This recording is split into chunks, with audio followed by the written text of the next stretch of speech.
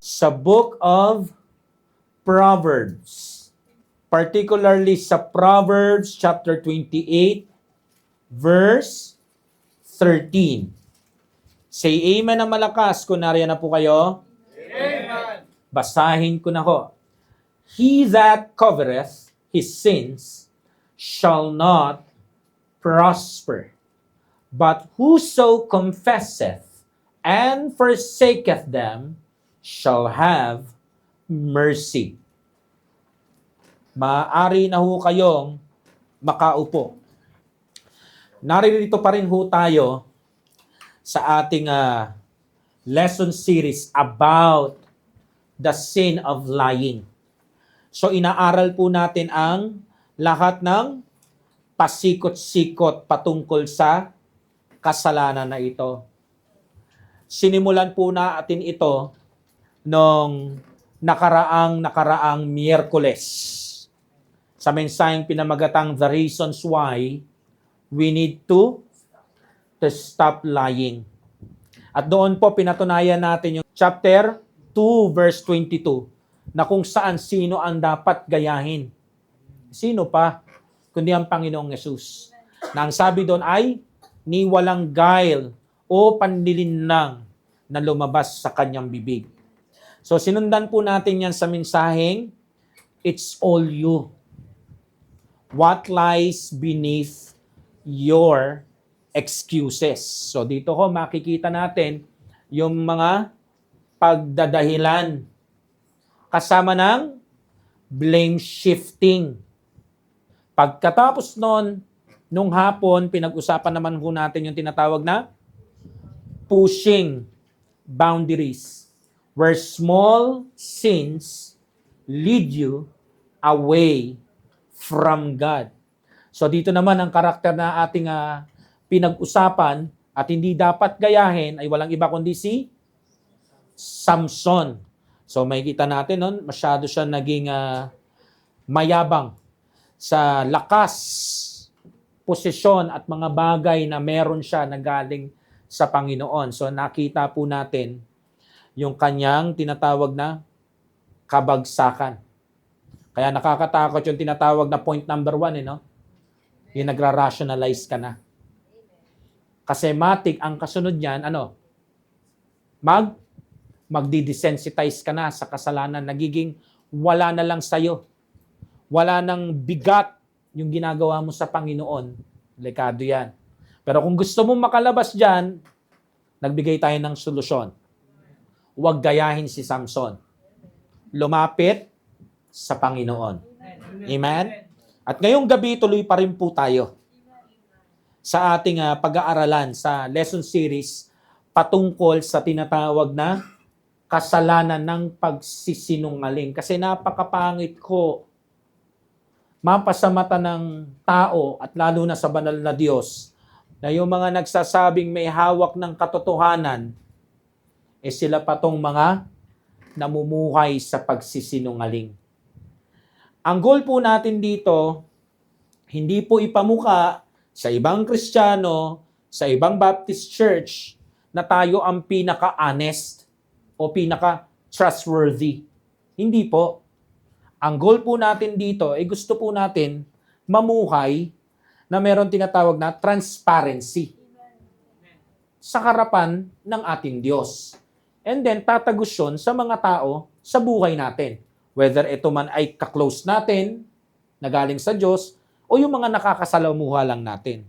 Kasi dito, nakataya dito yung testimony ng Panginoon na sinasabi nating nagbibigay ng bagong buhay sa mga sasampalataya sa Kanya. Amen? So ngayong gabi, pag-usapan naman ho natin yung isang parte ng kasalanan ng pagsisinungaling na hindi na pag-uusapan. Pero bago ho ang lahat, ibigay ko lang ulit yung ibig sabihin ng salitang lie. Lying o pagsisinungaling. Kapag sinabi yung lie, it is any intentional departure from God's truth. kahit anong sinadyang paghiwalay sa katotohanan ng Diyos. In words, sa salita, in action, sa gawa, at yung isang hindi nababanggit na pag-uusapan natin ngayong gabi, or in silence. Na ang goal ay i-mislead ang ibang tao, pagtakpan o i-conceal ang kasalanan, at magdudulot sa ibang tao ng harm. Kasi meron ditong tinatawag na self-benefit o pakinabang.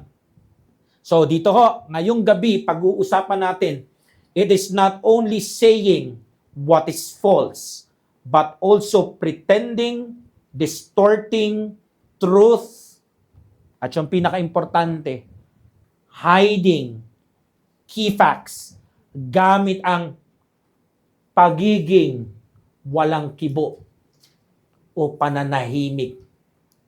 Silence is often mistaken for innocence. But in God's sight, hindi palaging ganon. In fact, the Holy Bible is very clear that frequently it is a intentional strategy. Kumbaga, delaying tactic. Yung dapat pinag-uusapan, ayaw pag-usapan. Ngayon, pag-uusapan po natin yung kasalanan at kung paano ginagawa yung kasalanan. Huwag pag-usapan. Pero hindi po sa church na to. Amen? Bakit sinabi natin itong silence na to ay hindi inosente, kundi isang intentional o sinadyang strategiya. Kasi ang pinakapakay nito makover, mapagtakpan. Hindi makita yung kasalanan o yung totoong mga pangyayari. Lalo na yung mga masamang ginawa nung taong nag-commit ng isang crime or sin. So, ano to? Ang goal dito is to conceal facts o yung truth.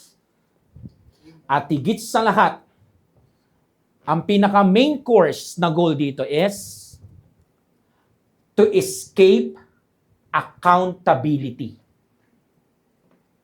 Makatakas sa dapat nilang panagutan. Mga minamahal, let us all be warned. Na pastor? Yes, my friend. Pwede mong matagumpay na maisagawa itong strategy na to sa harapan ng publiko. Pero, may malaking pero po. It never brings God's blessing. Kasi ang tunay na tagumpay sa harapan ng Lord Jesus Christ ay doon sa tinatawag na confessing and forsaking. Doon lang masusumpungan yung pagpapala ng mercy ng Diyos. Ang pamagat ko ng ating mensahe sa ating worship service na to ngayong araw ng Miyerkules ay silence, the subtle way to escape accountability. Silence, the subtle way to escape accountability. Sabi doon sa Proverbs 28 verse 13, he that covereth sins shall not prosper. Tandaan niyo po yan Ang mismong banal na salita ng Diyos ang nagsabi, walang nagtatakip ng kasalanan na ipaprosper ng Lord. Ibig sabihin, ang blessing ng banal na Diyos ay wala sa taong yan. Kaya kung makakakita kayo na para bagang pinagpapala sila at tumetestimony sila na ganun nga pinagpapala sila, lagi kayong mas maniwala sa Proverbs 28:13 kaysa sa nakikita mo sa kanila at mga pinagsasabi nila. Bakit? Kasi ang Diyos natin hindi sinungaling at hindi magsisinungaling. Ngayon, kung may magsisinungaling dito, hinding-hindi ang banal na Diyos. Hinding-hindi ang banal niyang salita. So, here are 4 clear na truths galing sa scriptures. Pag-aralan natin kung bakit ko po sinabing subtle way ito na sangay ng kasalanan ng pagsisinungaling. Baka ho nagagawa ninyo bago pa kayo umabot doon sa justification o rationalization at tuluyang desensitized o yung magkaroon ka ng maling feeling na nasa tama ka kahit maling-mali na. Let's talk about it. Number 1, silence is never accidental. It's a deliberate choice. Inuulit ko po. Silence is never accidental. It's a deliberate choice. Malinaw po never accidental. Bagkus deliberate choice. So, hindi po aksidente. Kung gagamit po kayo ng strategiya para hindi lumabas ang katotohanan, ititikom ko yung bibig ko, isisiper ko. Maging malinaw sa atin, deliberate yan. Hindi aksidente, kundi sinadya mo yan na piliin. Amen? So, ang pinaka-aim dito is to hide the truth. Let me tell you something. Silence is not neutral. Laging may pinapanigan ang silence na yan. When you know the truth, but you remain quiet, you are actively choosing to conceal it. Kapag alam mo ang isang katotohanan o katotohanan sa isang pangyayari, pero pinili mong manahimik, huwag tayong maglokohan, mga kapatid. Covering of sin yan. Lalo na kapag gumawa ka ng kasalanan o kaya may malapit sa'yo na alam mong gumagawa ng kasalanan, pero dahil close kayo, at may utang na loob ka, nanahimik ka, hindi napunta ang siper sa bibig mong nakasara na bigla na lang niyang lumitaw dyan. Isinara mo yan. At hanggat hindi mo sinasabi ang totoo, kahit hindi gumagalaw ang mga labi mo, active yan. Aktibo na hindi mo pinagagalaw para sabihin yung totoo. O aktibo na hindi mo ibinubukas yan. Kasi ang goal is to hide the truth. O yung tinatawag na what really happened. Kaya nga dito, matatakil natin mamaya kung paano ginagamit yung silence, pananahimik, pati yung tik-tak ng relo para makatakas sa bigat ng punishment o accountability. So ito'y eksaktong ibig sabihin ng covering of sin dito sa atin tinatawag na teksto. Hanggat walang confession, hindi magkakaroon din ng forsaking. Ang meron, concealing. Why? Kasi ayaw mong managot o meron kang ayaw panagutin. Pero mahirap yan. Kasi yung ganyang katahimikan, walang kapayapaan. Hanggat hindi ka umaamin sa dapat mong sabihin, hindi mapapayapa ang kaluluwa mo. Pwede ka maging best actor, pero ang tanong, hanggang kailan? Psalm chapter 32, verse 3 hanggang 4. When I kept silence, my bones waxed old through my roaring all day long. For day and night thy hand was heavy upon me. My moisture turned into drought, into the summer. So makikita niyo po, no?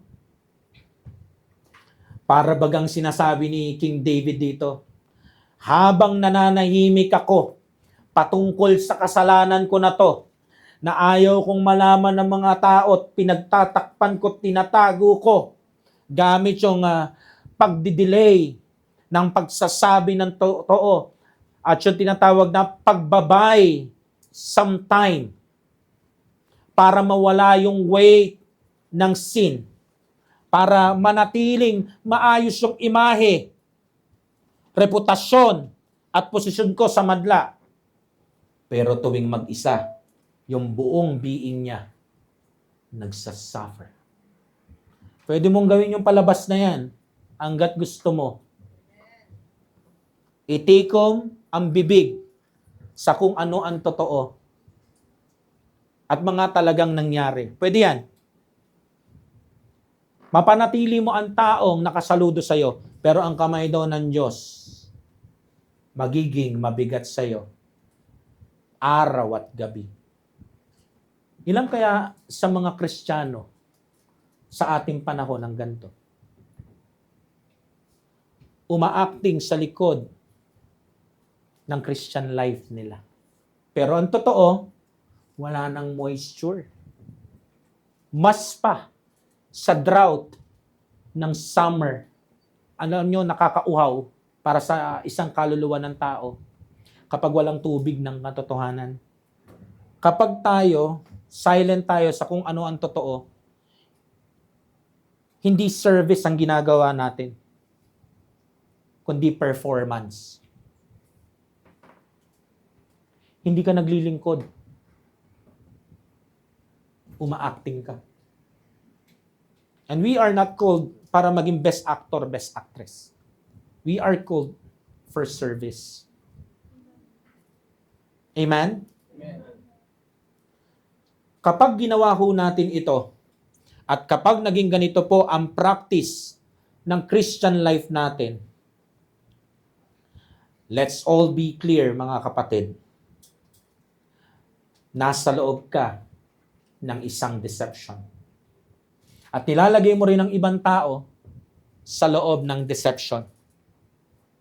Binibilanggo mo sila sa mga incomplete na stories. Habang ikaw, nasa iyo ang susi para makalaya yung mga tao na yun. Kasi nasa iyo yung buong katotohanan eh. I wonder kung ikaw ang nasa pwesto nila, tas malaman mo, 5 taon, 1 dekada ka na palang nilang ginaganon. Ano kayo mararamdaman mo, no? Yung malalaman nila na alam mo pala yung totoo pero hindi mo sinabi. Nagpakapiping saksi ka. Nakikita mo yung tao, nahihirapan siya, wala siyang justice, pero eto ka. Mawawala kasi yung pakinabang mo, yung convenience mo, yung comfort mo. Kaya di baling mag-suffer ka na. Di baling nasa maraming taon ng injustice ka, tapos sa'yo pa siya nag-o-open, no? As a Christian, paano mo nagagawa yun? Wala ka bang banal na spirito dyan? Na umiiyak? Na nagsasabing, "Huy, tell the truth. Hindi to oras para manahimik. Tell the truth." Kapatid, kung nananatili kang silent about what you did or kung ano yung ginawa nila, or should I say, about what really happened, i-remind lang kita, You are not being wise. Lalo na kung ikaw yung gumawa ng kasalanan at meron kang maling way of thinking na pagiging matalino yan. No, you are not being wise. Hindi po At kung magra-rationalize ka man, magja-justify ka, hindi naman ako nagsisinungaling Kasi hindi naman ako nagsalita. Balik ka lang doon sa intro. Yung pagtatago ng key facts. Hindi po yan pagiging discreet lang.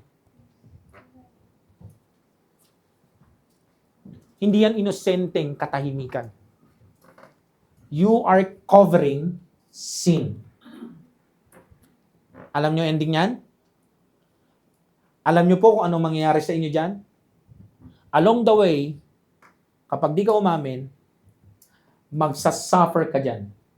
Every single day, every single night.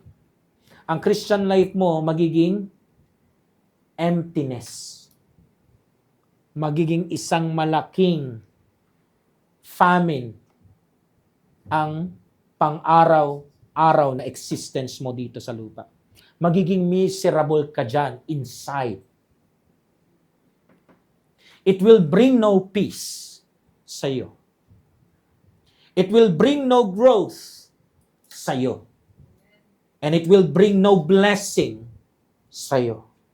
Kasi habang hindi ka nagko-confess, habang hindi mo yan fino-forsake, walang mercy. Hindi mo mai-enjoy ang grasya ng Diyos sa buhay mo. Yung mga blessing na kabuntot ng kaligtasan mo. The only way to lighten or to free yourself or your soul is to speak the truth. Pero hanggat hindi, ang kamay ng Diyos ay mabigat sa iyo. Kapirasong payo lang. Speak the truth. Speak what really happened. Pero kung ayaw mo, parang sinabi ko lang nung Sunday, I will not force you. And believe me, this church will not force you. Even our Lord Jesus Christ at yung Ama natin sa langit, hindi nila pwepwersahin ka. Nga lang, maging malinaw na nakabilanggo ka. Kakainin ka niyan sa loob. Mawawala yung moist. Unti-unting magiging dry. Imagine, isang throat na unti-unting natutuyot. So kapag nagpatuloy ka sa kasalanan ng pagsisinungaling, hindi mo maiinom ng buong buo. Hindi mo magagawang inumin ang baso ng katotohanan ng Panginoon. Kaya hanap ka ng ibang tubig. Pamatid doon sa unti-unting natuto yung Christian life mo. Pero ito lang sasabihin ko sa iyo. Lahat ng tubig na dadamputin mo at ilalagay mo sa baso ng pagkatao mo ay itulad mo sa isang tubig na galing sa dagat. The more mong iniinom, the more lang matutuyot ang lalamunan mo. At hindi yan makakabuti sa iyo at sa kidneys mo. Yan ang sisira sa iyo. Nakukuha niyo, mga minamahal. There is no other way. Isa lang ang way. Confess. Forsake. Tell what really happened. Kung ano siya, Walang edits, Gusto ko lang sabihin, silence is far from empty. Actually, silence is filled with truths. What kind of truth? Truths na we choose not to say aloud. Ganong klaseng truths. Number 2, silence is not innocent. It used to buy time. Silence is not innocent. It used to buy time. So ano ang goal dito? Ang pinaka ini-aim ng ganitong uri ng katahimikan na sanga ng kasinungalingan is to destroy, wasaki, and to remove, alisin, o iwala, kunin, yung tinatawag na evidence.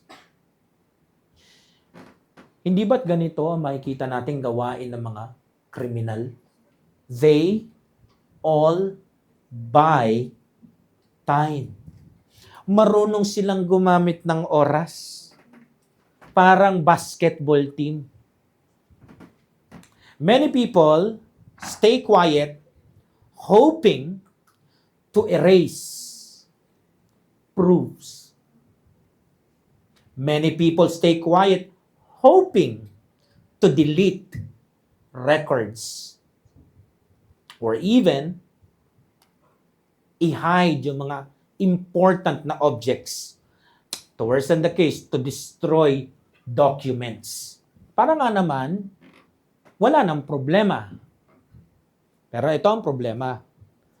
Hindi ibig sabihin na malinis nating natrabaho yan, o malinis mong natrabaho yan, o malinis yung natrabaho yan, inosente ka sa harapan ng Panginoon. Job chapter 34, verse 22, there is no darkness nor shadow of death where the workers of iniquity may hide themselves. Kasi ang way of thinking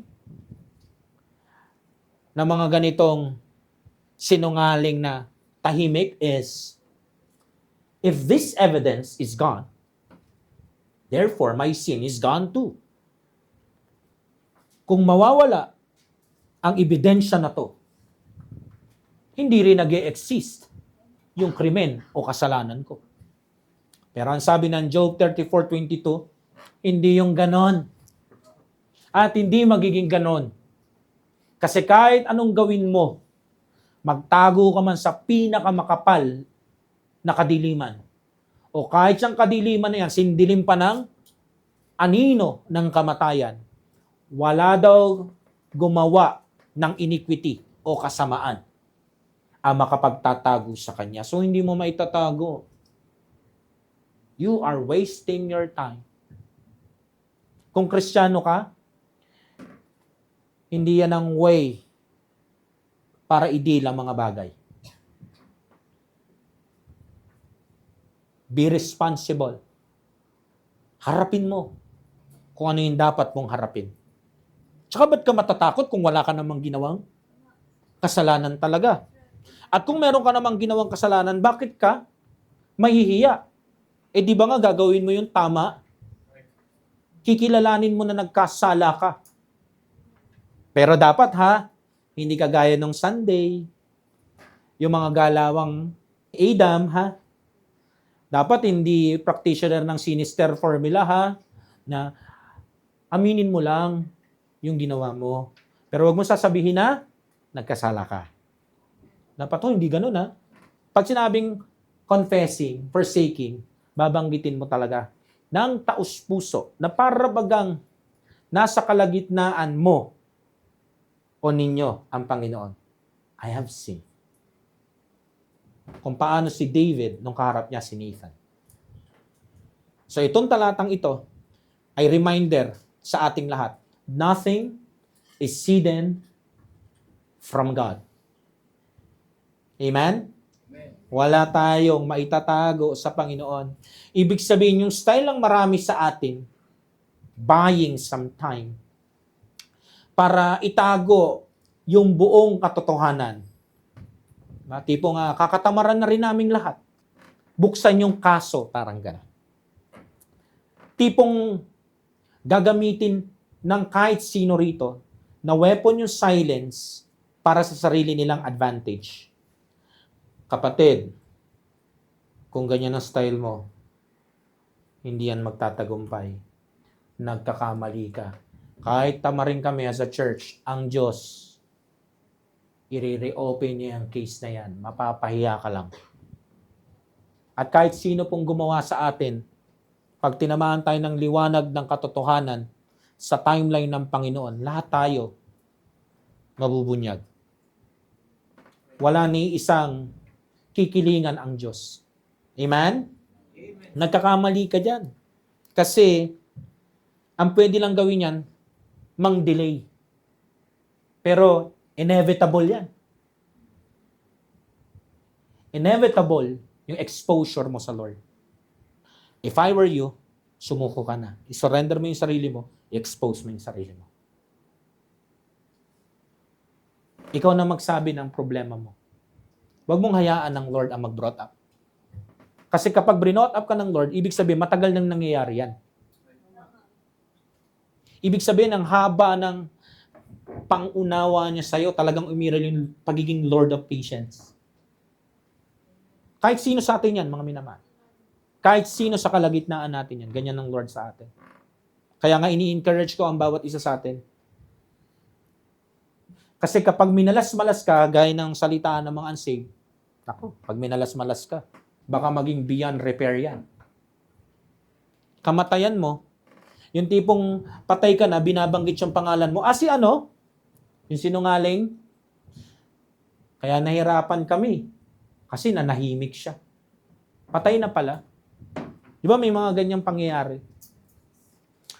Kapatid, you can buy some time. Hanggat gusto mo, hanggat maaari, sa loob ng time na yan, itago lahat ng facts. Even, i-change yung narrative. Or i-edit yung narrative. To worsen the case, pwede mo ang i-remove eh. Pati yung mga tao, kung mamanipula mo talaga yung sitwasyon, mawawala sila. You can do that. But, mula sa akin na pastor, hanggang sa pinakahuling miyembro dito, you and I cannot hide from God. Lahat tayo mananagot at magbibigay sulit sa Panginoong Yesus. Mananagot ka dyan sa lupang ito. Hindi ka aalis dito na wala kang natatanggap sa Panginoon. Walang favoritism sa Panginoon. At pag nagkaharap naman kayo, ako na magsasabi sa iyo, kahit anong handa mo, hindi ka magiging handa. Kasi alam mo yung ginawa mo eh. Alam ko yung ginawa ko, alam natin yung ginawa natin. Amen? Mga kapatid, ang tawag sa church ay pillar and ground of truth. So, anong sinasabi nung talatang yon? Dapat tayo ang pinaka-practitioner ng pagsasabi ng truth. Hindi tayo kagaya ni Jesus Christ na sinless perfection, but ang goal natin is sundan yung yapak niya. Kasi kapag yun ang sinusundan nating yapak, hindi natin idadahilan na tao lang. Na maglilid sa atin sa paulit-ulit ka na lang sa pagsisinungaling. Tsaka mahirap mag-soul winning kapag sinungaling. Mahirap din mag-tithes and offering, tsaka mag-generous giving kapag sinungaling. Itanong mo pa sa unang mga namatay na si Ananias at Sapphira. Hanggat hindi natin isinusuko ang mga sarili natin na simula ngayon, magsasabi na ako palagi ng totoo. Yung palagi na ngayon, hindi mo pa yung mape-perfect. Pero at least, ang goal is, palagi. Kasi doon sa word na may palagi, ang goal mo is, magbigay kaluguran sa ating Diyos. Ibig sabihin ng palagi, hanggat maaari, sa abot ng pinakakaya ko, yung pinaka-best ko, magsasabi ako ng totoo. Silence and time sa ating panahon becomes tools to manipulate the situation at kasama ng other people. Ang dami na hong gumagawa. Huwag na tayong dumagdag. Sana ho wag dumating yung panahon na yung preaching ko, kainin ko. Wag ho sanang dumating yung panahon na yung iniminan mo, yung sinabi mong preach on, yung sinabi mong right, yung sinabi mong tama, kainin mo rin. Sana ho wag dumating ang panahon na si Sanctified Baptist Church na nagpipreach ng katotohanan ng Panginoon mula sa Ebanghelyo ng Panginoong Hesus hanggang sa mga sound doctrine, ay kainin ho natin yung sinasabi natin. At one way para hindi, magdesisyon tayo na simula ngayon. Hindi bukas, hindi sa makalawa, hindi next month, hindi next year. Ngayon. And then, i-record natin to. Kaya nga maganda na upload to Para ma-remind si pastor, ma-remind ka sa sinabihan mo ng amen. Ma-remind ka sa nilapit mo sa altar. Na minsan sa buhay mo, sa church na to, nag-commit tayo na ipako natin sa ating mga sarili ang katotohanan. Hindi ito popular na preaching, pero ito ang pinaka very essence ng pagiging ligtas mo. Amen? Amen. Huwag mo nang gamitin yung katahimikan. Huwag mo i-pollute. Huwag natin i-exploit yung tinatawag na silence and time to control and manipulate others. Kasi mga minamahal, pag kumilos na ang kamay ng Panginoon, lalo't sinasabi mo, anak ka ng Diyos, kapag mamamalo na siya, ako na nagsasabi sa iyo, it is pointless. Useless. Yung tipong kahit iniisip mo na naging matagumpay ka sa harapan ng mga tao, na remain mo yung pagiging hindi guilty sa paningin nila, ang truth, kahit anong libing mo, magre-resurface at magre-resurface siya. Whether ang pinag-uusapan natin buhay ay dito o sa kabila. I-open at i-open yan. Hindi yan magiging cold case. Luke chapter 12 verse 2. For there is nothing covered that shall not be revealed, neither hid that shall not be known. I-mark mo na ang salita ng Panginoon na yan. I-mark mo ang Luke 12:2. Mangyayari at mangyayari at mangyayari yan sa kahit sino sa atin.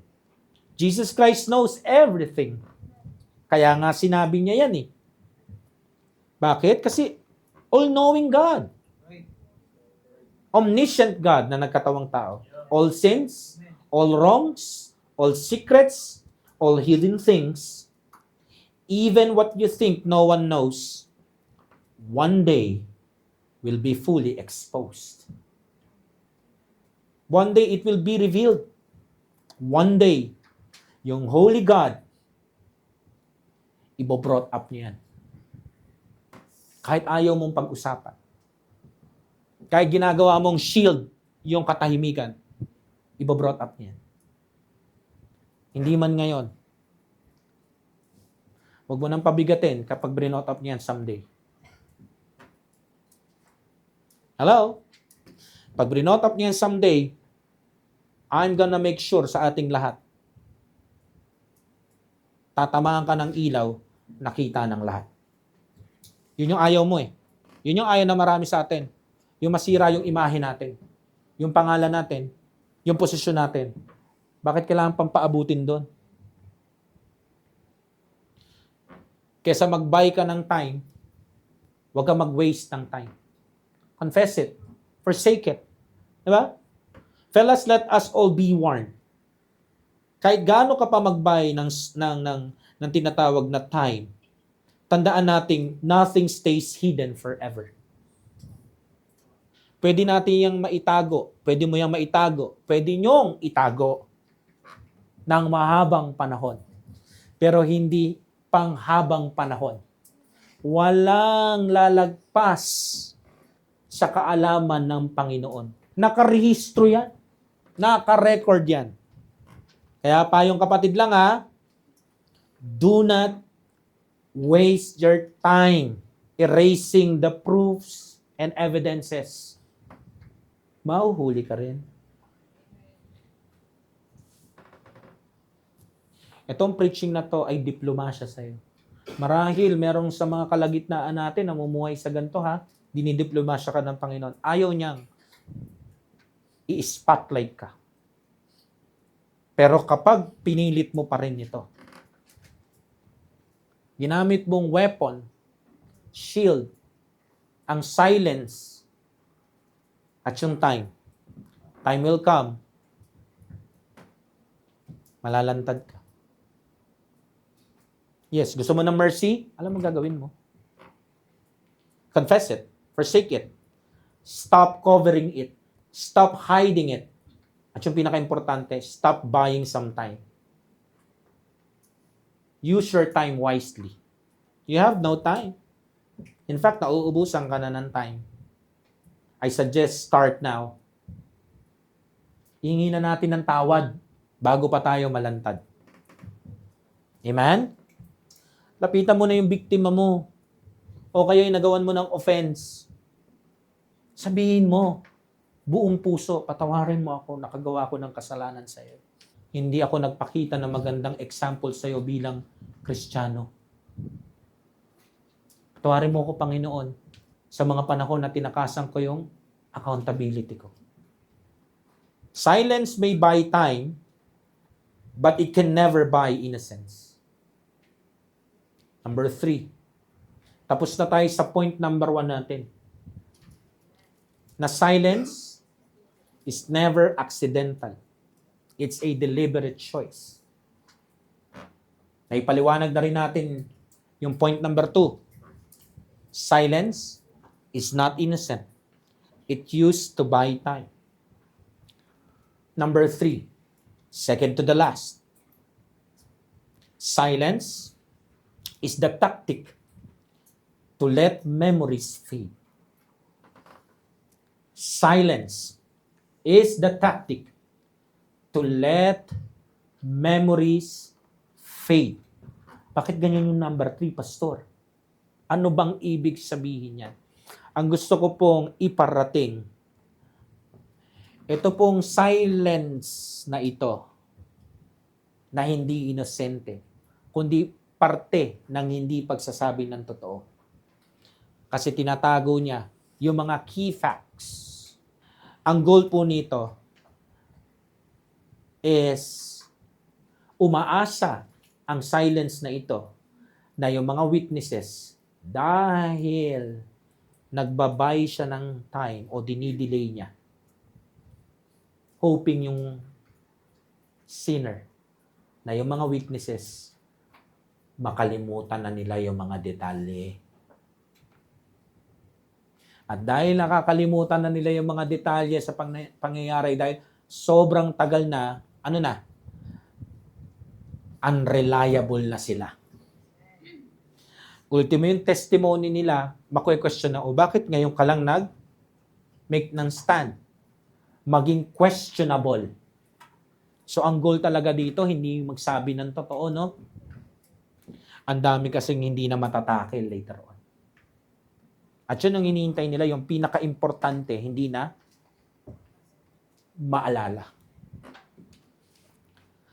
Some people delay speaking or admitting their wrongdoing, thinking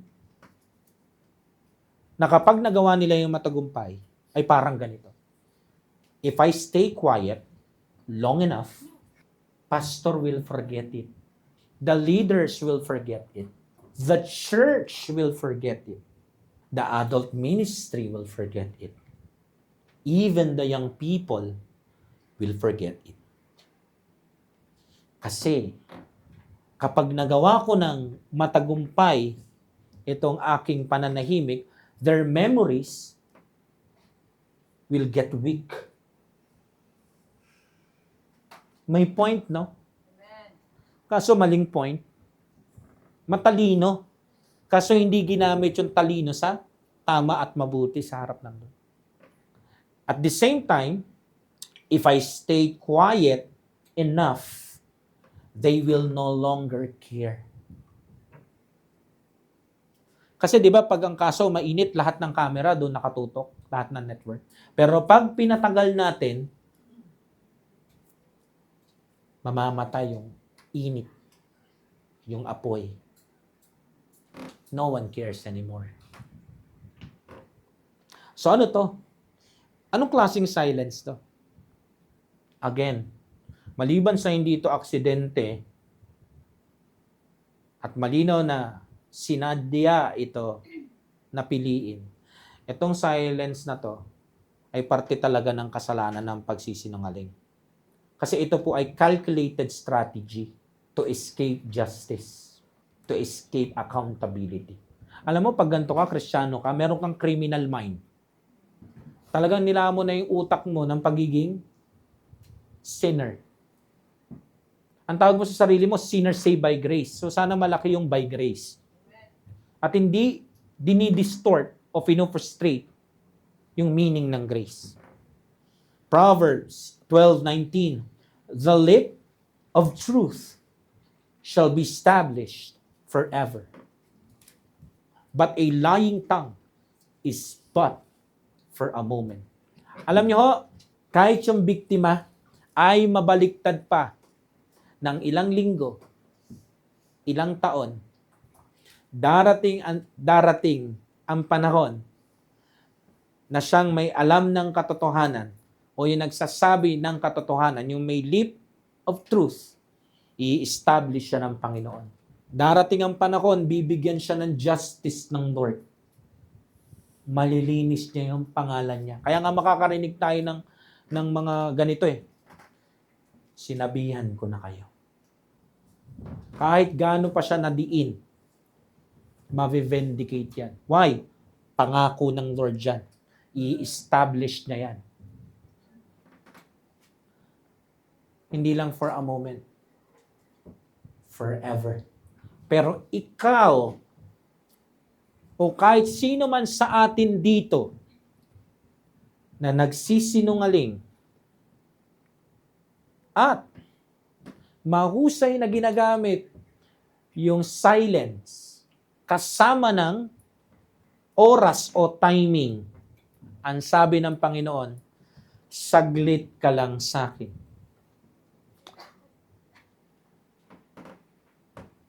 Hindi yan panghabang panahon. Hindi panghabang panahon, hahayaan ng Panginoon yung strategy mo. Pwedeng parabagang it's working at totoo ngang ongoing, working nga.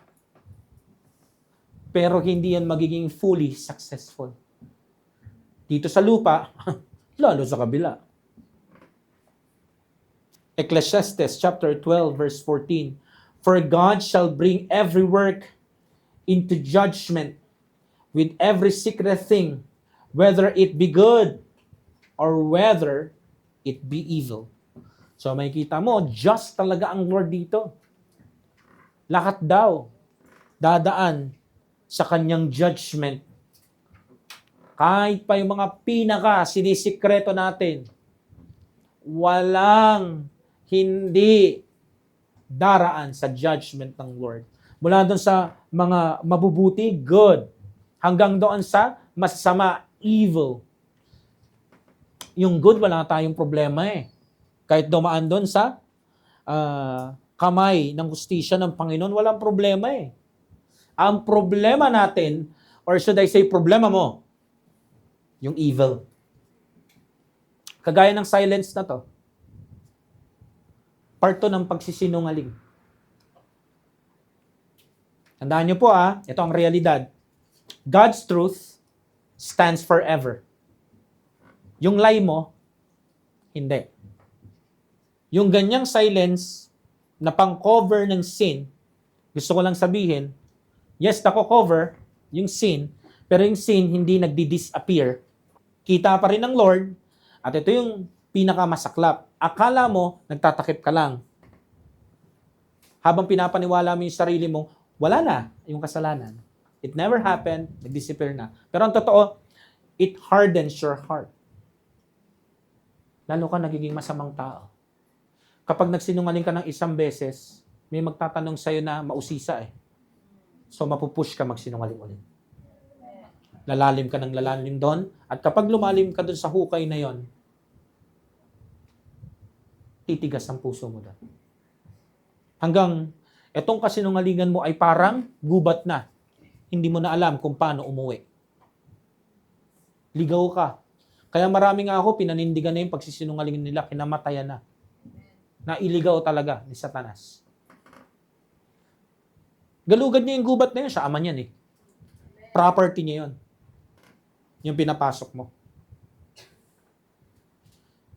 Realize kung inaakala natin sa ganyang tactic, sa ganyang strategy, ay nasa winning side tayo, nagkakamali tayo. Kung ganyan ang takbo ng isip ko bilang pastor, nagkakamali ako. Wala ako sa tamang kaisipan. Kasi we cannot rely on human memory failing lang. Bakit? Kasi even if people forget, yung mga key facts, important details, the Holy God never forgets. Anong sabi ng Holy Word? Sa ganyang gawain, he that covereth sin shall not prosper. Kaya inuulit ko, kapag may nakita ka sa sarili mo, o kaya nakita ko sa sarili ko o sa ibang tao na pinagpapala ako kuno o sila pinagpapala kuno, pero alam mo sa sarili mo at alam natin namumuhay sila sa kasinungalingan, particularly sa pagtatakip ng isang kasalanan gamit ang silence. Let's all be clear ha. Hindi yan prosperity na galing sa Lord. Anong ebidensya ko? Proverbs 28:13. Galing sa Holy Word ng Holy God na hindi nagsisinungaling. Amen? Hindi ko kontrahin ng banal na Diyos ang banal na salita niya. Ngayon kung maniniwala ka sa testimonyo, ewan ko kung anong dinig nyo, bahala ka. Again, I will not force you. Volition mo yan, problema mo yan. Pero, nag-preach po ako ha. This kind of silence is cruel and manipulative. Lalong-lalo na doon sa mga victims. Yung kanilang pain is often dismissed, dinidisregard, or ignored. Habang ikaw pinapatay mo ang hustisya nila sa katahimikan. Kaya yung mga saksi dyan, hanggat fresh pa yung facts, fresh pa yung details, magsabi na kayo. Amen? Kung kaya mong i-save yung evidence, save mo na. Kasi taktika yan ng mga namumuhay sa kasalanan. Erase it. Kung di nag-e-exist ang evidence, hindi rin ako sinner. Ang goal nila dyan, parang Michael Jordan mag-fade away. Sa memorya, sa alaala, yung truth. Kasi dahil doon, gagaan yung sin. At yung pinaka-goal, maabsuelto.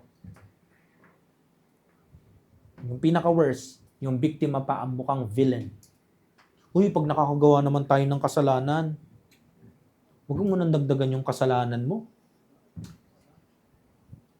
Biniktima mo na nga eh. Ibibilin mo pa. So ito ang bilin. Tell the truth. For example, immorality ng isang leader. Pero lahat kayo alam ninyo sa circle ninyo. Ano ang maling thinking? Manahimik. I-make sure na hindi marinig ng mga hindi dapat makaalam. Yan. Pagsisinungaling na po yan. Covering of sin yan. Ang tawag dyan, pagsasabwatan. Noong nagsabwatan, si Achan, yung asawa niya, buong pamilya niya, hindi lang si Achan ang nanagot. Lahat sila nanagot. Tsaka, pag pinagtakpan po natin yung totoo, na ang goal ay mag-fade yung memories. Oo nga, nag-fade nga doon sa dating lokasyon at sa mga naunang biktima. Magre-resurface yan di ba? Kasi meron na namang new victim. Paano mo matatagalan na nanahimik ka doon, saksi ka sa mga nabiktima doon, tapos wala kang ginawa, lilipat lang ng lokasyon yan. Maghahanap lang ng bagong biktima yan. At dahil nanahimik ka, parte ka kung bakit sila napahamak. Kaya one time, may nagtanong sa akin, sabi niya sa akin, ano masasabi mo dito? For example, sa church niyo, talagang grinom siya para maging misyonaryo. Tapos gumawa siya ng immorality. Isi-send out mo ba? No. Kapag sinend out ko siya, may mga babaeng mapapahamak. Yung nandito nga siya, nabantay ako nagawa niya pa How much more? Kapag binigyan mo pa siya ng passes o pag-send out at nilagay mo pa siya sa power, yun ay disaster. Ipapahamak mo ang mga tao doon. At cargo, di konsensya mo yun. Kasi alam mo yung truth. Pero ang tinitigan mo, hindi, yung mabuti ang tignan natin sa kanya. No. Ang tignan natin kung ano yung tama at mabuti na dapat natin tignan sa Bible. Tandaan nyo, uso pa naman sa panahon natin yun, umaming ka sa ginawa mo, pero wag na wag mong sasabihin, nagkasala ka. Mukhang pareho, pero hindi pareho. Amen? Amen. So yan po ang tindig natin dito sa church na to, ha? Amen. Amen. Okay. Kasi tinanong niya ako tanungin ko rin kayo. Kapag sinend out ba natin yung ganon, are we really still in our right minds? I don't think so. Kinontra nun yung finally, brethren, whatsoever things are true. Whatsoever things are honest. Whatsoever things are just. Whatsoever things are pure. Whatsoever things are lovely. Whatsoever things are good, are of good report. Tugma ba yun sa ganon? Na may record ng immorality? Na. Doon pa lang laglag na siya Hindi ko pa nga sinasabi yung requirement ng pastor Kaya kung sasagutin po natin yung tanong natin, nasa katinoan pa ba tayo kung gagawin natin yon? Na i-send out yun? Answer is absolutely no. Yung pananahimik na ganyan, hindi yan inosente. Sa church na to, dito sa Sanctified Baptist Church, ang tawag natin dyan ay pangungunsinte. And I don't think yung pangungunsinte na yan o yung mga nangungunsinte na yan ay makakatanggap ng blessings sa Lord. Kasi parte sila ng pagko-cover ng sin. Imbis maging parte ng confession at forsaking. Hindi makakatanggap ng mercy sa Lord yan. Truth does not depend on how long you wait. Ang dapat mong gawin, speak up now. Amen? Speak up. Kung meron kailangan malaman si Pastor Ay, sabihin mo. Kasi hindi lahat ng panahon sa'yo. While you have the chance to be honest, be honest. Hindi na kailangan malalaman pa sa iba Pwede mo naman tapikin si pastor, Pastor, may sasabihin po ako. Natutuwa ako sa mga miyembrong ganun eh. Nagsinungaling po ako sa inyo. Ito po yung totoong nangyari. At kapag sinabi mo, nagpaka-honest ka, agapan mo. Do not play with time. Huwag mong paglaruan yung aming memories. Ikaw ba gusto mo laruin namin yung time mo at memories mo? Kung ikaw yung biktima, umiiyak ka ng hustisya. You don't want that. Amen? Gusto mo hanggat maaari sabihin sa'yo. Kahit gaano ka raw yung truth. Because God's judgment and His version of truth ay laging sure at eternal. Hindi yan mabubura sa timeline ng Lord. At lalong hindi yan mabubura sa memory niya. Kahit ayaw mo ngayon, hindi pwedeng hindi ka magiging accountable. You can never hide, cover up, or get away with sin forever. No matter how carefully you conceal it, no matter how quiet you stay to keep it secret, or how much you think no one knows about it, kahit gaano mo pa kahaba i-delay ang whole truth, your sin will eventually be revealed, be exposed, and eventually you will face its consequences. Mamimili ka lang. Amen? I hope makita natin yung bigat ng tinatawag na accountability. Kaya bago ka merong sabihin at gawin sa kapwa mo tao, at lalo na sa kapwa mo ligtas, mag-isip ka ng maraming beses bago ka gumawa ng di maganda. Sa kapwa-tao mo at sa mga ka-churchmate mo o kapwa mo ligtas dito. Tanging yung mga takot lang sa katotohanan ang magtatakip. At ang pantakip nila ay katahimikan. Gagamitin nila yung sandata para i-avoid yung accountability. Pero hindi yan magiging matagumpay hanggat ang Diyos ay buhay. Number 4, truthfulness is always non-negotiable. Inuulit ko po. Truthfulness is always non-negotiable. Nandito pa rin tayo sa mensaheng pinamagatang silence, the subtle way to escape accountability.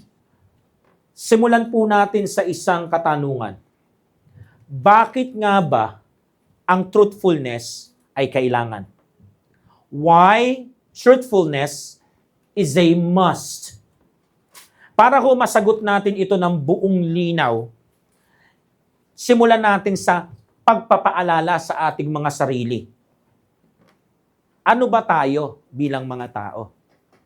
Di ba tayo ay hindi lang basta tao lang, kundi tayo ay mga taong ligtas. Amen. Meron tayong Diyos. Siya yung Diyos ng katotohanan. At ang tawag sa sama-samang nagkakatipon ng mga taong ligtas, biblically speaking, ay church. Tama ho ba yung pagkakaunawa ko?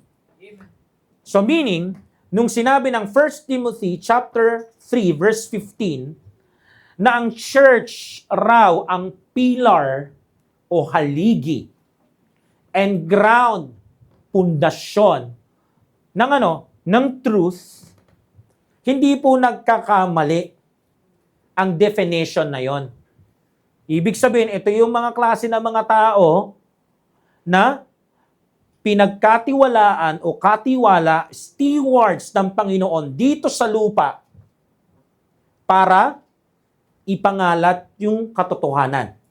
Mula doon sa ebanghelyo ng bugtong na anak hanggang doon sa sound doctrine o inspired at preserved na Word of God na walang pagkakamali. Nakukuha nyo ho? So, dyan ko nakalagay kung paano tayo mag-behave dapat sa church. Yun dapat inuugali natin sa loob ng church. And I believe dapat with all truthfulness. Kasi kung ang church ang pillar, haligi, at ground neto, pundasyon, so ito yung pinaka tayo na dapat makita. At kung ito yung dapat pinaka-inaasahan ng banal na Diyos sa atin at ni the truth, ang Lord Jesus Christ, dapat ang number one na behavior na makikita sa atin o characteristics or trait is yung pagiging totoo. Pagsasabi ng totoo. Kakampi ng kung ano ang totoo. So, yun po dapat ang makita sa atin. So, meaning, dapat tayo ay honest.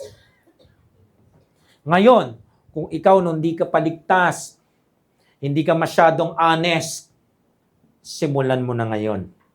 Ngayong ligtas ka na.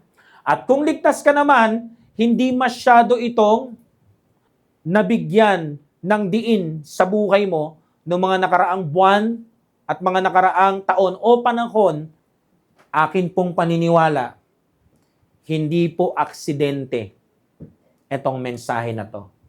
Bagkus ito po ay malinaw na calling sa atin. Or pwede ring wake up call sa atin. Gumising ka na. Tama na dun sa carnal days, backslidden days. Tama na doon sa old ways. Masyado nang namayagpag ng maraming panahon yung old sinful nature mo. It's about time bago magsara itong isang dekada sa Sanctified Baptist Church. Yun dapat behavior ng isang ligtas. Ano yon? Honest. Mapagkakatiwalaan. Steward. Faithful. So, sana ho, itong preaching na to, ang maging gasolina natin para magliyab yung truthfulness sa atin. At wag kong dumating yung panahon na yung gawain dito sa Mandaluyong ay makilala bilang kongregasyon ng mga tahimik, pero mga sinungaling. Kumbaga, silently nangungunsinte. Mga silent kasi gusto nila someday, pag sila naman ang gumawa ng kasalanan, ay makonsinti rin. As an individual po, hindi ko po nakikita na yun ang perpektong kalooban ng Diyos sa bawat isa sa atin. Ang kalooban niya sa atin ay doon tayo sa liwanag ng katotohanan.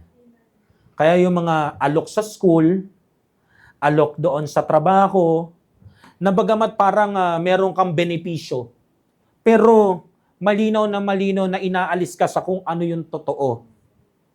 Pwedeng madaya yung grado, pati yung amo mo, ang dating, lolokohin mo yung boss, ay wag po kayong sumama doon. Amen? Kahit gaano pa kalaki ang pakinabang, wag po kayong sumama. Mas mainam po yung kita na galing sa malinis o sa katotohanan. Yung trinabaho mo talaga. Right. Hindi yung sinasabi mo trinabaho ko, pero anong klaseng trinabaho? Trinabaho ng may kasinungalingan? Despal ko yun. Wag ho, kasi Kristiyano tayo eh. Kasi ang masisira ko dito, hindi lang yung pangalan mo. Bagamat mahalaga yan. Amen? Pero higit sa lahat, daladala ho natin ang pangalan ni Jesus Christ. Na mayroong pangako na tagapagbago ng buhay. Maliban pa dun sa buhay na walang hanggan. Kaladkad mo rin yung pangalan ng SBC, Sanctified Baptist Church. Ibig sabihin, banal. At ayaw ho natin na bababoy ang katawan ni Kristo. So kung ayaw ho natin mababoy, isa lang ho dapat natin gawin. Gawin natin kung ano yung solusyon na binibigay sa atin. Ang truthfulness ay non-negotiable. So hindi mo yan ipagpapalit sa kahit anong honors. Hindi mo yan ipagpapalit sa kahit anong offers. Laging yan ang pinakamahalaga. So walang negotiation na mangyayari ha. Kapag nakikipag-negotiate ang agent ni Satanas sa'yo,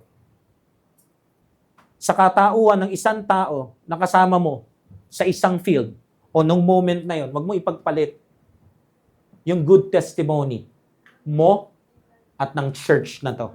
Amen. Amen. Amen. Di baling marinig mo sa butas ng tenga mo, sayang yun, pinapalampas mo yun. Hindi na mauulit yun. Alam mo, pag sinimulan mo yun, magpapaulit-ulit na yun. At gaya ng sinabi ko nung Miyerkules, ang kasinungalingan ay isang malaking gubat. Malaking gubat na property ng ama ng kasinungalingan. Na kapag pinasok mo at talagang napalayo ka, hindi ka na makakauwi. Sabihin niyo sa akin, pwede pa rin naman akong makalabas-labas. Pag medyo nandun ka pa sa bungad-bungad. Pero tandaan niyo po, maraming tao at nakakalungkot mga Kristiyano, ang kinamatayan, ang pagkaligaw sa gubat ng kasinungalingan, hindi na po sila nakalabas. Kaya nga sabi sa atin wherefore putting away lying, speak every man truth with his neighbor. For we are members of one another. Ang hirap po maging members of one another. Yung tinutukoy dyan is nagkakaisa, unity. Kung naglolokohan po tayo. Kung si pastor, niloloko yung mga miyembro. Yung leaders, niloloko yung mga miyembro. Yung mga miyembro, niloloko naman yung mga God-given na authority sa kanila. Kung tayo po naglolokohan sa ating worship service, so hindi naman pala service ang nangyayari, at lalong-lalong hindi worship, kundi isang malaking performance, naku po, mahirap pong maging members of one another dyan. Laging merong saksakan sa likod, slandering, plastikan sa loob ng local church. Kaya wag tayong maging ganyan. Kaya nga ini-encourage ko kayo, kung meron kayong problema sa isang tao, wag po kayong manahimik. Wag niyo pong patagalin. Sabihin niyo na po doon sa tao. And I'm talking doon sa nakagawa ng problema. Alam mo naman yun kapag nakasakit ka. Imposible naman sa lahat ng mga preaching. Hindi nangungusap ang banal na spirito sa'yo, di ba? Kaya kung meron po kayong mga napagsinungalingan, sabihin nyo na ho. Hindi ba't ang gandang pakinggan? Hindi mo pinipilit yung isang tao magsabi ng totoo. Alam mo, ang pangako ng Diyos doon, di ba, mercy? Alam nyo kung tao-tao lang, tapos magko-confess ng ganon, yung hinihingan mo ng tawad, gagaan yung loob. Hihipuin ng Panginoon yung puso nun, lalo pag pinaramdam ng Panginoon sa kanya na nagsasabi ka ng katotohanan na, hindi mo lang basta ina-admit, kundi talagang kino-confess mo, galing sa kaibuturan ng puso mo. Mararamdaman mo yung mercy ng Lord, patatawarin ka ng tao. Kaya, ini-encourage ko po kayo. Ito yung pinaka-cure. Sabi mo sa sarili mo, ito yung dapat mong hakbangin. Maging truthful. At bilang unang hakbang sa pagiging truthful, sabihan mo yung sarili mo, nagsinungaling ka noong nakaraan.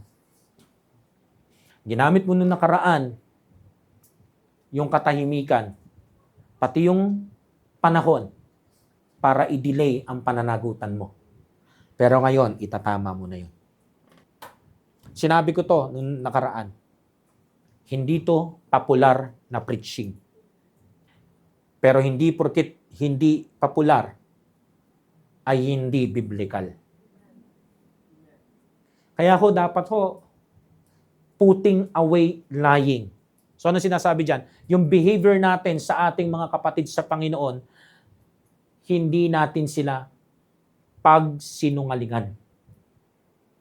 Ugaliin na po natin magsabi ng totoo. At kung talagang iniiwasan na natin ang pagsisinungaling, iiwasan na rin po natin yung pagbabay ng sometime o delaying tactic.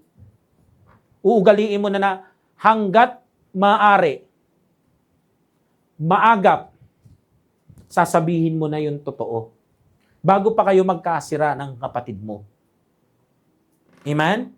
Kasi kung mahal mo talaga ang church kung saan ka idinagdag, hindi mo kakayaan na ikaw ang magiging dahilan ng crack. So dito ko makikita nyo, sinasabihan tayo, put away lying. Command yan. Hindi yan suggestion. Hindi nakikiusap ang salita ng Diyos na baka pwede.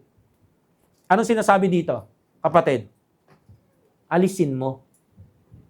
Which means, yung reality na makita natin, truth is not optional.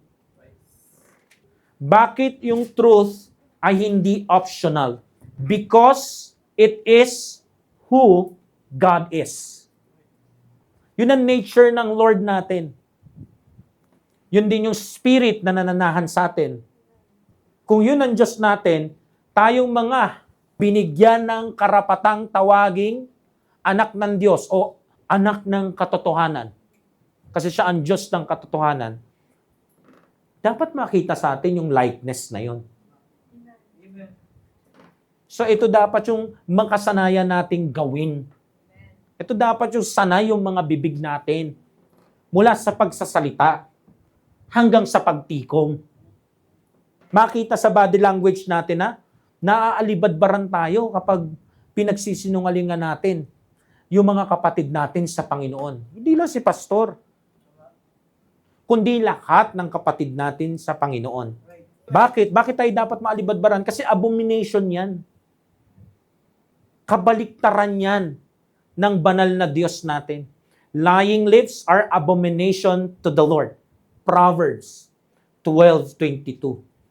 Kapag nagkukumit ka ng kasalanan ng pagsisinungaling, hindi yan isang little lie o white lie lang. Yan ay isang malaking abomination o kasuklam-suklam sa Diyos. Ngayon, gusto mong matuwaan Diyos sa'yo, at the same time, magbigay ka rin ng katuwaan sa Panginoon. Ayun din, sinabi din po dyan, maging totoo ka sa iyong mga sinasabi. Ano sabi dyan? But they that deal truly are His delight. Gusto mong mapasaya ang puso ng Panginoon? Gusto mong mapangiti ang Panginoon sa kanyang trono sa langit? Gusto mong ang kanyang spiritong nananahan sa'yo ay magalak? Isa lang ang dapat mong gawin. Lahat ng makakasalamuha mo, idil mo ng truly. Amen? Mula sa wala kang pera hanggang magkapera ka, mula sa zero ka hanggang sa maging negosyante ka, o kahit maging ilang pa ang laman ng bank account mo, huwag kang magbago. Idil mo ang bawat taong makakaharap mo sa pagiging totoo at nasa totoo. Kaya ho yung pagdidelay at pagbabay ng time, or should I say, pagsa-silent mode ng maraming Kristiyano, hindi po yan nothing sa harapan ng Lord. Hindi yan wala lang ha. Sa tuwing ipapractice mo yan, you are practicing what? Abomination.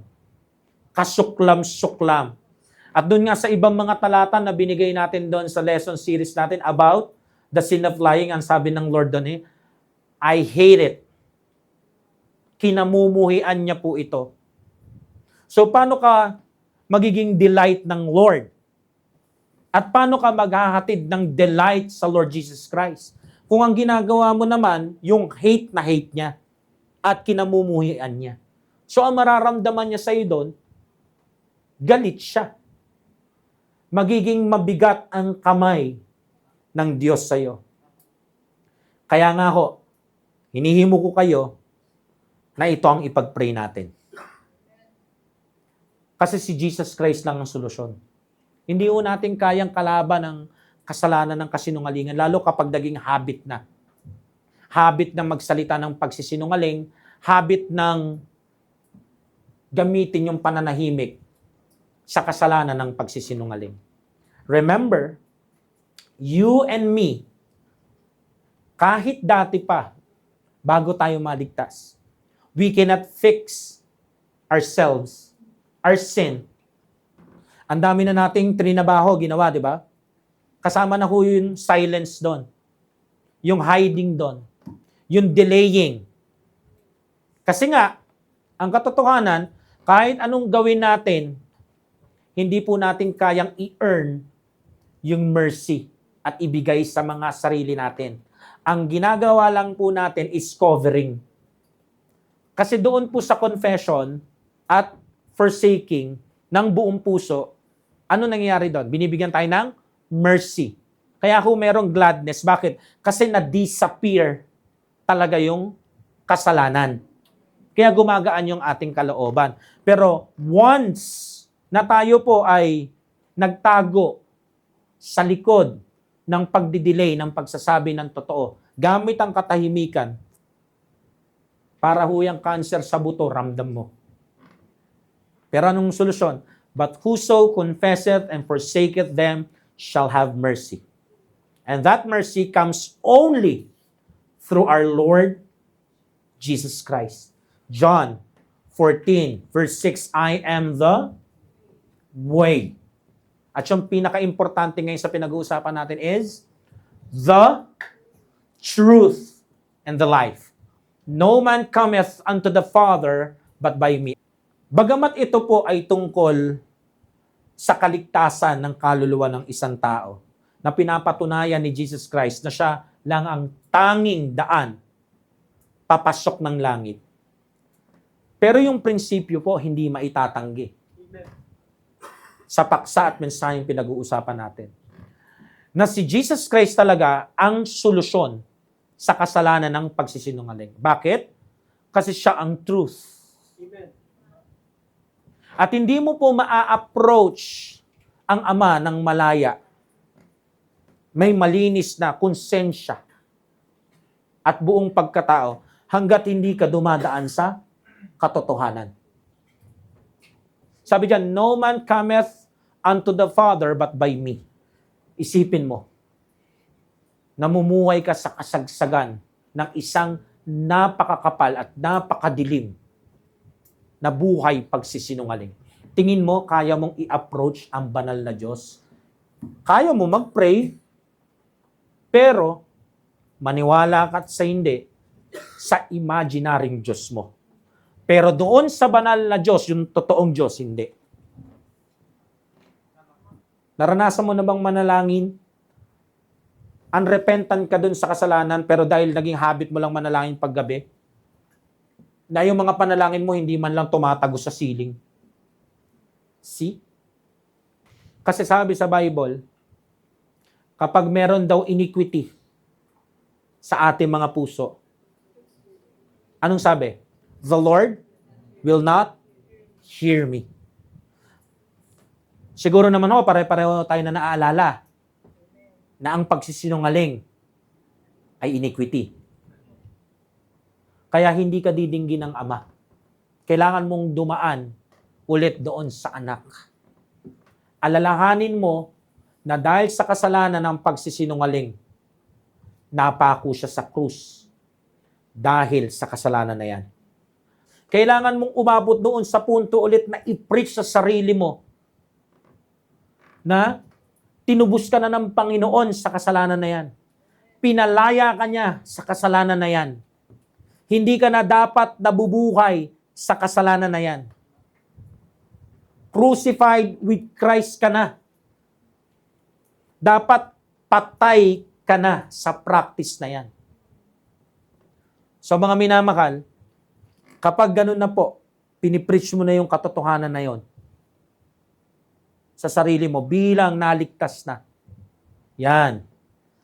Magdudulot na yan ang tinatawag na totoong confession. Kabuntot niya yung totoong forsaking. Ngayon, maa-approach mo na ang Ama sa katotohanan. Anong kasunod nun? Kapatawaran. Or should I say, mercy. At doon mo makikita yung grace ng Panginoon. Hindi pala talaga para sa lisensya ng paggawa ng kasalanan. Kundi ipaalala kung gaano kaganda yung kaligtasan na meron ka at kung gaano kasaklap yung sakripisyong ginawa ng Panginoon sa krus para magkaroon ka niyan. So hindi mo yon lalaro-laruin. Bibigyan mo yon ng mabigat na pagpapahalaga. Amen? Amen. Tapos makikita mo na yung katotohanan. Si Jesus Christ, the truth, He cannot lie. So bakit ako magsisinungaling? Si Jesus Christ, ang truth, hindi po siya nag-hide ng kahit ano. So ba't mo gagawin na mag-hide ng kahit ano gamit ang silence at time? At nakita po natin na hindi niya tayo dinaya. Amen? So bakit ka mangdadaya? Sabi nga sa Bible, wala daw guile na lumabas sa kanyang bibig. Ibig sabihin, walang panlilinlang. So bakit ka manlilinlang? Gamit ang pagsasalita, maging ang pagtikom ng iyong bibig. Sa gantong paraan, matututo tayong magpakumbaba. Hindi lang tayo basta mag-a-admit doon sa ginawa. Kundi tatawagin natin yung ating ginawa, pagkakasala. Tatawagin mo siya sa totoong pangalan. Doon ka makakatikim ng forgiveness, cleansing, at restoration. Pero hanggat wala yon, nandun ka lang sa loop. Hinto ka lang ng 1 week, 2 months, and then ulit ang cycle. Pag umulit ang cycle, mararamdaman mo ulit mabigat yung kamay ng Lord, hindi ka happy, miserable ka. Mukha kang okay sa labas, pero you are miserable inside. At kinakain nun yung kaluluwa mo. Every single day. Every single night. Kasi ang truth ay si Jesus Christ. Siya po ang one and only na kayang mag-remove ng guilt. Siya lang po ang may kapangyarihang i-break ang power ng silent lie. Hindi mo yan kaya. Inuulit ko, ang kaya mo lang gawin is to cover it. Pero yung i-make yan na mag-disappear, hindi yan magdi-disappear. Kasi you have no power to do it. Kahit sino sa atin, wala. Kasi sinners tayo. Pinanganak na mga sinungaling. At si Jesus hindi. Pinanganak siyang banal. Your silence keeps you trapped. Your lies are all part of a golden cage. Golden cage na, pastor? Na in-stage o ginawa ni Satanas for you. At sa kahit sino mang titigasan ang puso na magsasabing, ayoko mag-confess, ayoko to i-forsake, masisira yung mga pinaghirapan ko, mag-iiba yung tingin nila sa akin, mawawasak yung imahe ko, yung pangalan ko, yung posisyon ko. Nakakahiya. Hindi yan nakakahiya. Hindi yan hiya. Kasi yung point na tumagal yan, ibig sabihin, hindi ka na nahihiya. Ang tawag dyan, kaya ayaw mo mag-confess at lalong ayaw mong i-forsake yan, that is pride. Kasi nakatingin ka sa sarili mo na pinaka magandang klase ka kaysa sa ibang tao. Kaya hindi mo magawang magpakumbaba. Hindi mo maamin na meron kang kapintasan. At may nagawa kang kapintas-pintas. Ano yon? Pagsisinungaling. At dahil doon, Magsisinungaling ka na naman ulit sa sarili mo na nakakahiya. Itatago mo yung kasalanan ng kayabangan sa salitang kunwari, hiya. Pero pag nahihiya, di ba dapat aamin? Magko-confess. Game. Pero nagmamatigas eh. Ibig sabihin doon, masyadong ma-pride to. Di ba sabi ng mga tao? Hindi ako may sabi noon ng mga tao. Ha? So, mga minamahal, dapat ito ipag-pray natin sa mga sarili natin. Magpakumbaba tayo. Mahirap maging honest at maging matinong katiwala ng Panginoon. Kung yung unang hakbang para mangyari yun, hindi natin magawa. Ano yung magpakumbaba? Kung sino ka man dito sa aming kalagitnaan na ganito, yung ganito ang practice, delaying tactics, buying some time, pakiramdaman mode, pagsasawalang kibo, kinakapa, si pastor, yung mga tao, alam ba nila, anong reaction niya, as if gusto mong palabasin talaga na nothing happened. Pwede ka maging matagumpay sa harapan naming lahat. Pwede mong gamitin yung pinakamahusay na face value na ibabalandra mo sa amin. Pero gaya ng sinabi ko, hindi sa harapan ng Panginoon, kapatid. Kaya if I were you, hanggat gracious pa siya, itigil mo na yan. Kasi nakakahiya. Inuulit ko, nakakahiya. Ito yung totoong nakakahiya. Nakakahiya dun sa namatay sa krus. Kaya ang samo ko, stop using your silence as a weapon. Stop using your silence as a shield. Bitawan mo na yung sandata na yan at pansalag na yan. Yung katahimikan mo na yan na nagiging tool ni Satan para magsinungaling ka. Isuko mo na sa Panginoon yan. Come to Jesus po. Stop hiding it para ma-receive mo na yung mercy. Sa buong SBC family po, by faith, we must be people of truth. Amen? Yes. Simula ngayon. Kahit sa sarili mo na lang, sabi mo, simula ngayon, kinukumit ko ang sarili ko sa Lord Jesus Christ. No more secrets.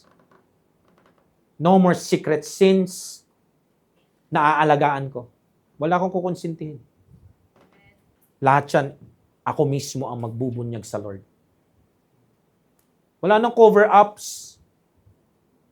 Wala nang script writing sa isip at puso, ha? Kasi we must reflect Christ. At siya lang po ang dapat makita sa ating pagsasalita at maging sa ating pagtikom ng ating mga bibig. Hanggang sa ating body language. Hindi ko po alam kung paano natin magagawa yan perfectly. Pero, ito lang ang gusto kong himukin tayo lahat. Let's do it by faith. Sabihin mo ngayon sa sarili mo, sa kaluluwa mo, by faith. Magiging honest ako. By faith, kahit nasan ako, mamumuhay ako sa loob ng salitang transparency. Yan po ang hingin natin ngayon sa panalangin. Kasi may kasunod tayong henerasyon eh. Ang Sanctified Baptist Church ay hindi habang buhay. Ikaw at ako. May kasunod po tayo sa pila. Kailangan po nila ng matinong halimbawa. Mga matinong pattern. Ang susunod na henerasyon ng Sanctified Baptist Church dito sa Mandaluyong, hindi lang po nila kailangan ng malaking lote.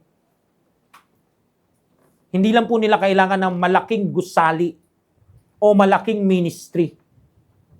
Kung meron ho tayong maipamamana sa kanila bilang mga nauna sa kanila, yung pagsasabi ng totoo. Kasi ang dami na kong Baptist churches at Baptist people hindi nagsasabi ng totoo. Hindi namumuhay sa kung ano yung totoo. At kapag sinabi ko pong totoo, hindi po yung version natin ng totoo, kundi yung version ng Panginoon na katotohanan. Yun po ang dapat nilang makita at marinig sa atin. What they need is a Christian and a Baptist church where testimonies of their lives are nailed doon sa Galatians 2:20. Namumuhay by faith, hindi po by fake. Ayaw ba nating maging ganun tayo sa kanila? Kung hindi natin yung gagawin, saan sila makakakuha ng ganun? Hindi ba't ang nais natin ay maging kalugod-lugod ang church na to sa Panginoon? Simulan nating maging magandang ehemplo at pattern sa mga kabataan na to at sa mga paparating pang wala dito. Kasi meron pang mga maliligtas. Mga minamahal, kung meron po kayong ituturo sa bagong henerasyon ng mga ligtas na Baptist people, ang pinakamaganda ho, kung yung magsabi ng totoo. Yun ang magandang iwan. Yun yung malaki na dapat nating iwan. Yun yung mahalaga na pinakadapat nating iwanan sa kanila. At hindi po yan maiiwanan sa kanila kung hindi ho practice ng church na to. Hindi practice ng mga ligtas dito. Yung magbigay ng kaluguran sa Ama at sa Anak sa pagsasabi ng katotohanan. Mahirap po mag-soul winning kapag merong tahimik na sinungaling. Hindi ho pagpapalain yung ministry. Tignan nyo po, nung tahimik na sinungaling si Achan, daming namatay, daming damay. Kapatid, kung ikaw ay tahimik na sinungaling, sana naman yung bilang ng mga taong namatay sa panahon ni Achan, mauga ka. Baka dahil sa pagsisinungaling mo, maging mabigat ang kamay ng Panginoon sa soul winning. Yung mga dapat maligtas, hindi maligtas. Kasi mabigat ang kamay ng Diyos sa church natin. At sa tuwing lalabas na kasama ka, walang nangyayari. Sana ho, kahit ngayon lang, mamuhay ka naman para kay Kristo. Not I, but Christ. Huwag puro para sa sarili mo. Huwag laging puro yung imahe mo, yung reputasyon mo, at yung posisyon mo. Sana si Kristo naman. Gusto kong sabihin na yung honesty, hindi siya suggestion. Yun po ay command. It is a calling and a requirement. Being truthful is at the core of who we are as Christians, as God's people. Yan po ang foundation ng church ng Lord.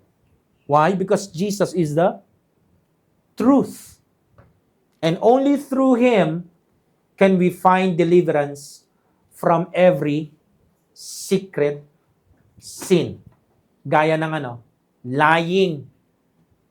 So sa ating paghiwa-hiwalay, gusto ko lang sabihin, truthfulness is not up for debate. Pero,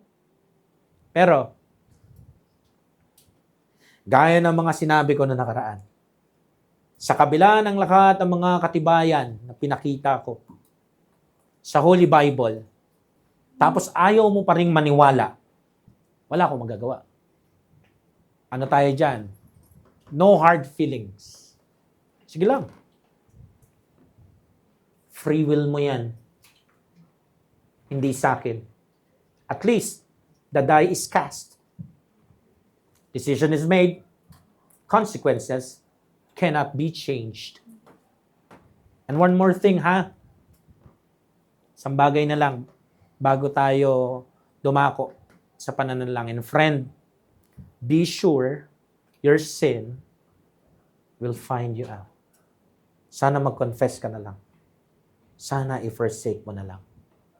Habulin mo yung mercy hanggat may oras ka pa.